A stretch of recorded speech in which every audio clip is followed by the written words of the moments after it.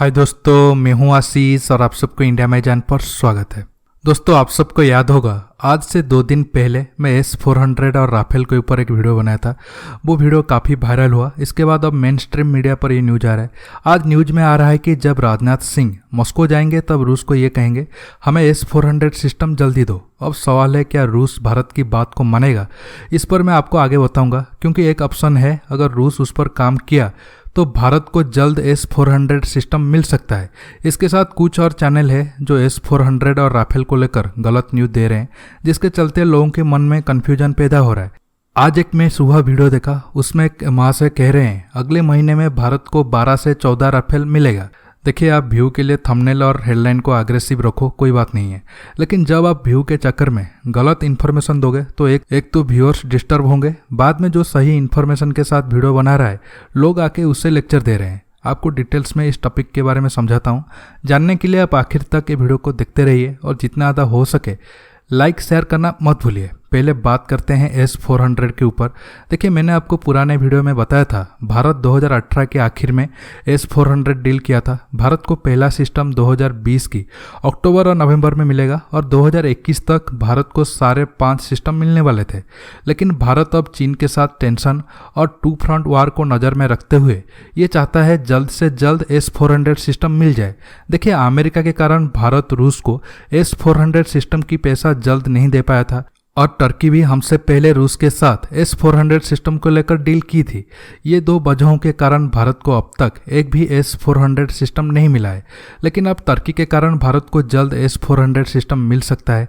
कैसे, आपको समझाता हूँ। आप सब जानते हैं जब टर्की रूस के साथ S-400 डील किया था तब अमेरिका इस चीज़ का काफ़ी विरोध किया था, क्योंकि टर्की नाटो मेंबर होने के साथ साथ F-35 प्रोग्राम में भी शामिल था। टर्की अगर S-400 और F-35 दोनों हथियारों को यूज करता, यह अमेरिका के नुकसान होता। लेकिन टर्की अमेरिका के साथ रिश्ते को खराब करके रूस से S-400 डील की। 2019 में टर्की को पहला S-400 सिस्टम मिल भी गया है और 2020 की आखिर तक बाकी 3 मिसाइल सिस्टम मिलने वाले थे। लेकिन 2-3 प्रॉब्लम के कारण अब टर्की को दूसरा मिसाइल सिस्टम नहीं मिला है। शेड्यूल के हिसाब से टर्की को ये सिस्टम 2020 की शुरुआत में मिलनी थी। अब आपको टर्की की प्रॉब्लम बताता हूँ। पिछले कुछ महीनों में टर्की की इकोनॉमी स्लो है। दूसरा कारण कोरोना महामारी। तीसरा और सबसे बड़ा कारण आपको पता होगा, 3-4 महीने पहले सीरिया को लेकर टर्की और रूस के बीच तनाव काफ़ी बढ़ गया था।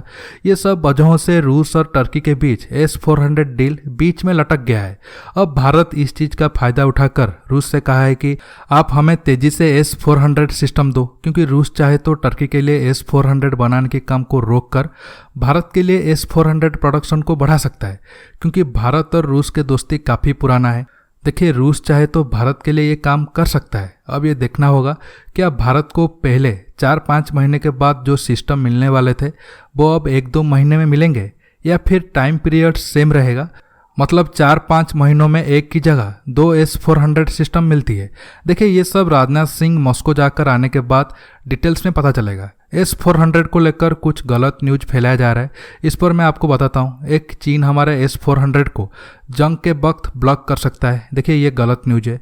दूसरा, चीन रूस को कहकर भारत की S-400 आने में लेट कर रहा है।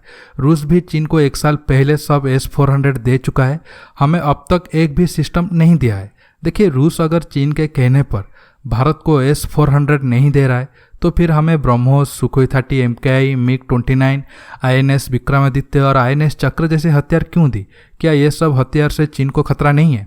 चीन को अब तक सारे S-400 इसलिए मिला है क्योंकि चीन भारत से लगभग 3 साल पहले ये डील को किया था। इसलिए ये सब फेक न्यूज है, इस पर ट्रस्ट मत करिए। अब आता हूँ राफेल के ऊपर। देखिए, एक चैनल ने कहा हमें अगले महीने 12 से 14 राफेल मिल सकता है।